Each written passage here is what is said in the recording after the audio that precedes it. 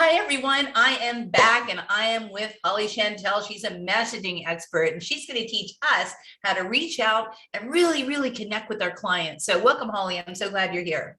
I'm so glad I'm here. Thank you for having me. Absolutely. So talk to me about this journey that you've been on as an entrepreneur. Where did you come from and how did you land on this messaging? Because you're really good at it. So how did that all evolve? Yeah, so I got my start back in 2009. And at the time, I was struggling, like a lot of folks are, with what is it like? Who did I want to serve? What did I want to do? And ended up, I wanted to start off business coaching, but I was 24. People really didn't take me seriously. I had zero experience. I can't really blame them.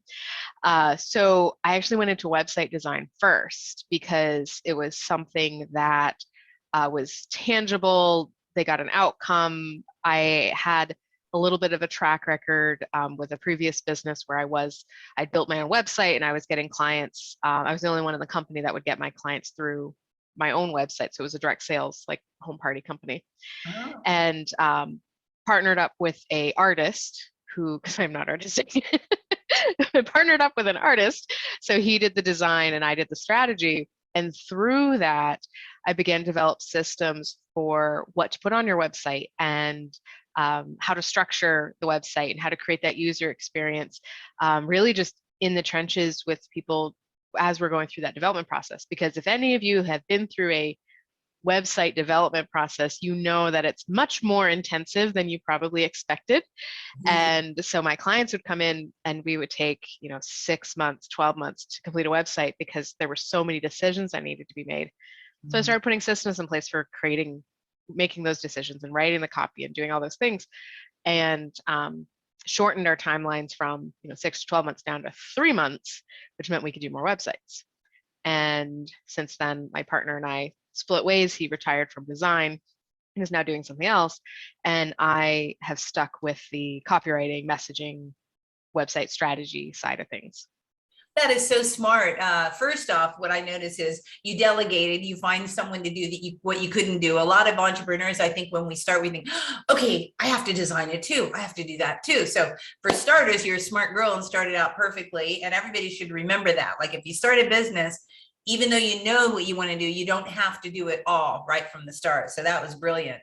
Yeah, when you find those people that like just really complement what you're doing really well, like talk to them about partnering, because that really happened organically. I knew his wife, who was also in the direct sales company that I was in, and she had asked me to do some work on her website, and she came to me with this gorgeous design, and I was like, I need to know who did this. And she said, oh, it's my husband, but he doesn't develop websites, so can you build it for me?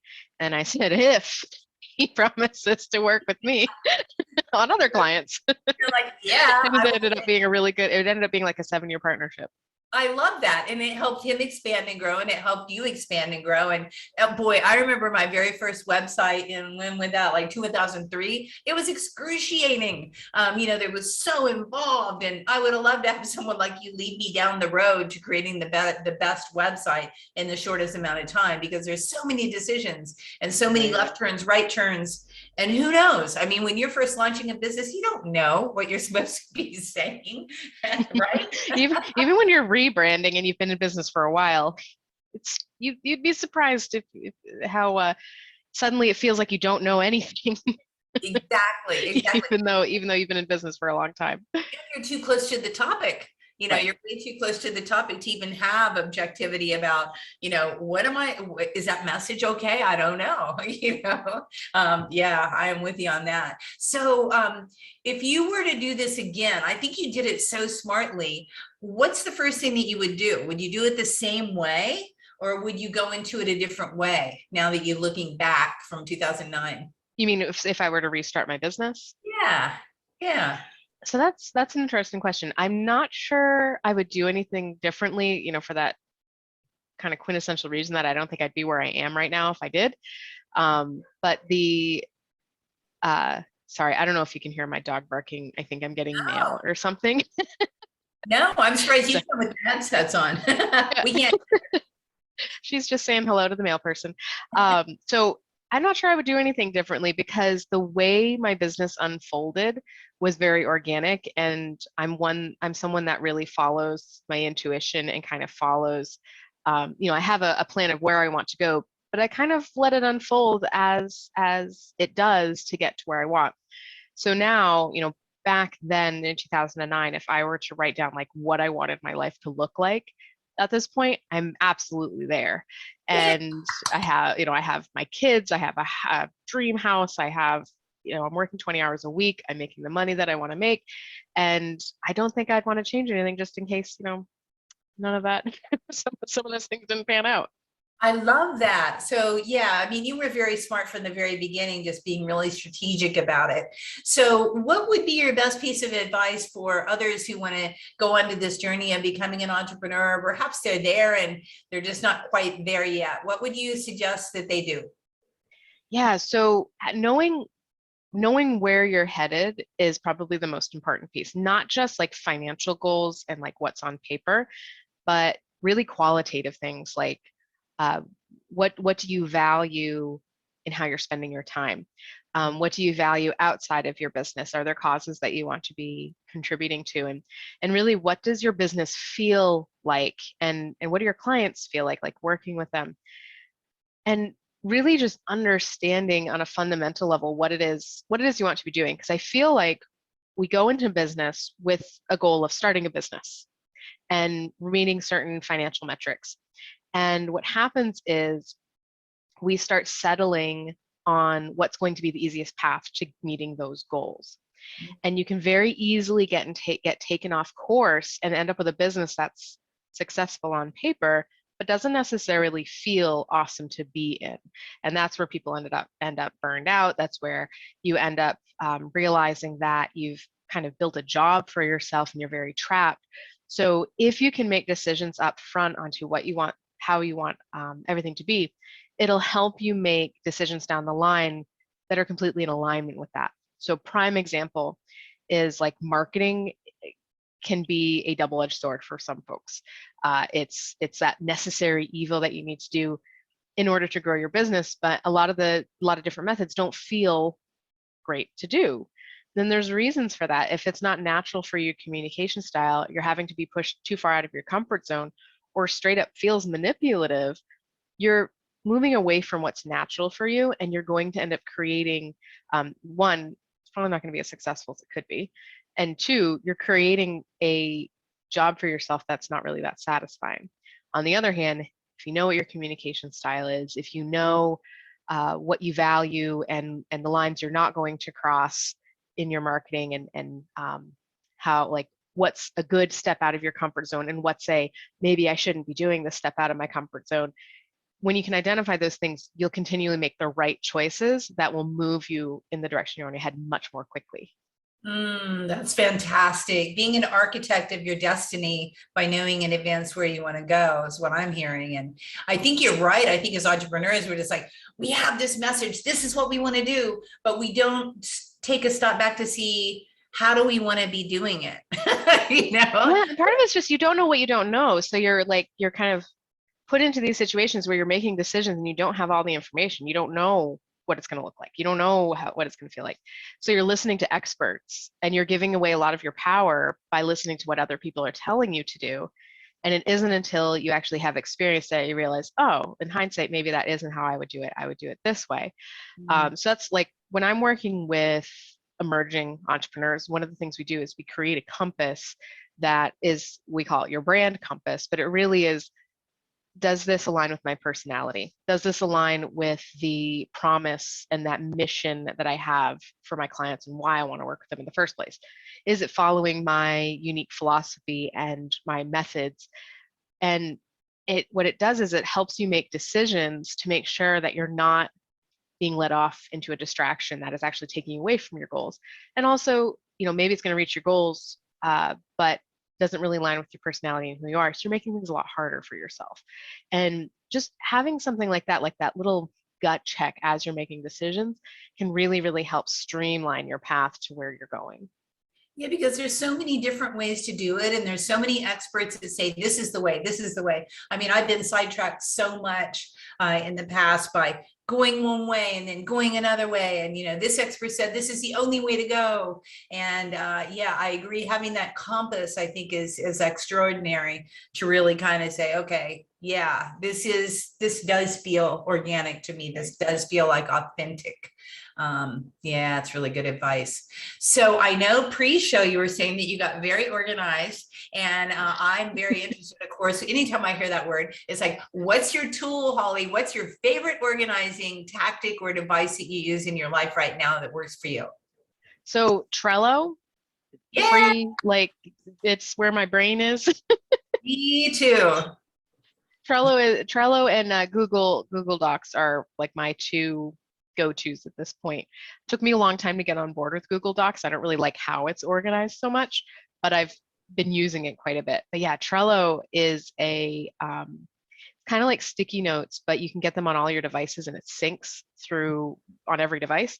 So I have my to-do list there. I have my network. So I have a lot of JV partners and then my network's there, who I'm meeting with, who I need to reach out to, who I need to follow up with. Like everything is there, and it makes such a big difference because I have 3 kids. I sleep very little. I cram a lot of work into 4 hours a day, and I forget things if they're not specifically written down. So that's like I said, it's kind of my brain on the computer, so that when I turn off my computer, I can turn off my brain and focus on other things and know that I'm not going to miss something. Yeah, I love Trello, and I agree. It is like the place to put everything. And I like the fact that you can do different boards for different segments of your business. I have a podcast board, I have a regular website board, I have my marketing board. So I have all the different things, and you're right, you can brain dump. And I love the fact that you can collaborate and Mhm. tag your team within it. So I can write something and say, okay, here, this person, read this, here's the document, and this other person, please post it. So yeah, Trello is Right. brilliant. And I agree with you about Google Drive, and I'm getting into it. And I'm learning now how to organize, docs better. Because you're right, at the beginning it was a little bit inorganic, just like Gmail. When you first start on Gmail, it's a little bit weird. You're like, what is Gmail? Right, you're kind of relying on the search feature, which makes sense because it's Google. But I feel like I would just much rather like just know how to find something in my folders than to have to know, okay, what did I write in that document that would pull up just that document so that I can search for it. So I've gotten very good at labeling things. But when you're sharing documents with different people, you don't always have control over, what everything's labeled as. Exactly. Yeah. But yeah, I love Trello too. Thanks for bringing that up. And for anybody who's out there checking it out, Trello is free to start out with. So everybody can have Trello and check it out and see if that works. There's so many different ways to be organized with your brain. Because I agree with you, Holly, that it's like a place to put my brain. Whatever one is going to resonate with you is going to be the one that works. So there's no one perfect app, but Trello is a great place to start. So tell me about a time before you were uber organized and only working 20 hours a week. God love you. That's great. Tell me whenever you felt overwhelmed and you were stuck in busyness, or whenever it still happens, because I'm sure it still happens to you. What do you do to kind of defrag and take a step back and get your bearings? So I make lists. That's how I get overwhelmed. Because normally what's happening if I'm feeling overwhelmed is that I'm trying to just hold too many things at once. It's kind of like you're spinning a lot of plates Yeah. and you're not sure. I get panicky when I start forgetting things because it's like, what am I missing? And it's that just eerie feeling that there's something I'm supposed to be doing, there's something I'm supposed to be remembering, but I'm not. But if I sit down and list it all out, then I usually realize that, okay, all of this is pretty doable. Now that I have a list, I can check them off. I can reprioritize them. Not everything is going to take me hours to do. Some things will take a few minutes and I can check them off right now. But that, for me, just having it all on paper in a visual way is invaluable. And it just helps kind of calm that spaz a little bit and get everything in order so I can feel really good about what I'm moving forward with. That's what I was going to ask you, if you use pen and paper for your list, or if you use another app, or is it pen and paper for you? So it depends. I have, if I'm in my bedroom and spazzing, then I use pen and paper because I have notebooks everywhere. But in my business world, I have my iPad. So for those of you that are watching on video, I Uh-huh. have an app called GoodNotes, and it works like, I'm trying to tilt Yeah. that, you can't really see it. It's paper, it looks like paper. But the GoodNotes app, you can create notebooks. And so I have just like scratch paper. I have a notebook that's called scratch paper, and that's where I take notes. That's where I put lists, just brain dumps, etc. And then I also keep a notebook for each of my clients so that all of the material and all the things we've talked about are in one place. And that's another really invaluable tool. And I use it for when I'm doing webinars. I can mark up PDFs. So I actually create my slides and export them as a PDF, put them in GoodNotes, and then I can draw on them as I'm going, which is a really engaging way to present. So that's another recommendation if people are looking for really sweet software for their iPad. Yeah, that's sweet. Yeah, I use Evernote extensively, but I don't know if there's actually the drawing capability in Evernote. So that's all to I check. think you can, but the GoodNotes is actually created for presenting. So what's cool about GoodNote is when you are presenting. So if I were to share my screen, you wouldn't see all the controls. You would only see the slides. Sweet. And I feel like that's really nice. It just makes it look more professional when you're presenting. Absolutely. Yeah, that's amazing. Yeah, I'll check that out for sure. Good tips. We're learning all this juice today from this expert who is branding and marketing and messaging. What I really like about you, Holly, is that the message is loud and clear on what you do and who you are. So yeah. Okay. One question. What's the best piece of advice that you've received that sticks in your brain from time to time? It could be First simple. one that came to mind, this is like so random, but when you asked that question, first thing that came to mind was eat dessert first. And I don't know what that means, but eat dessert first. So let's pretend that's a business aspect. We'll say that focus on what you enjoy and the rest will follow. Yes, That's my yes. profound advice for the day. Eat dessert first. We're going to put that in the show notes because I think that's it actually follows your business model. Exactly. You know, like figure out where you want to go and enjoy being there even before you're there. Right. You should enjoy every aspect of your business. If there's something that feels off, is burning you out, draining your energy, there's usually a solution to make that not feel like that anymore and actually become a very enjoyable aspect. Yeah, I love it. Okay, good. Okay, so I know that you have a valuable free resource to offer to people, and we're going to put the link down below. So talk to us about what you're giving away, Holly. Yeah, so I have a PDF called The Buyer's Arc, and it's a marketing guide that, so let me just kind of give you the premise behind it. So when we're making decisions, we go through a very distinct decision-making process. And when someone's looking to hire you for your services, they're going through the exact same process. So the buyer's arc is what I'm calling that process, and the PDF will kind of show you what are the different decision points that they're making, and then how do you align your marketing with those decision points so that you can kind of guide the person through their decision in a very empowering way. So we're not using scarcity, we're not creating pressure or any marketing tactics, but we're really empowering them with the information they need at every turn so that they can make an informed decision and positioning your product or service in the best way possible for what their situation is. Yeah, I love that. And I was just checking it out pre-interview, and it's really, really a valuable resource. And I think no matter where we are in business, you can use it. Like if you're an old seasoned professional or brand new starting out, it's going to make sense. And I think it's going to help you be authentic, which I think authenticity is really the magnet of all. You know, you want to draw to people that are attracted to you, not that you're wrangling them in and trying to, hold them to you. You want those who want to be like magnets to you, right? You want to be right.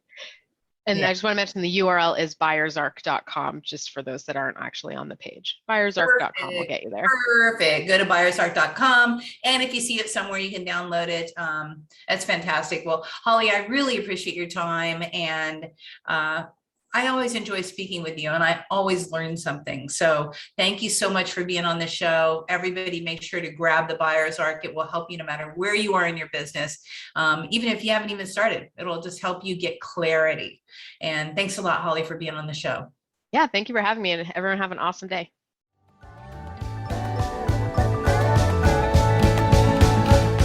Hey, thanks for listening to this podcast. I hope you enjoyed this episode, and if you want to hear more, feel free to subscribe on the platform of your choice. Also, if you feel so inclined, I would truly appreciate a good rating from you to me. Have a stellar day.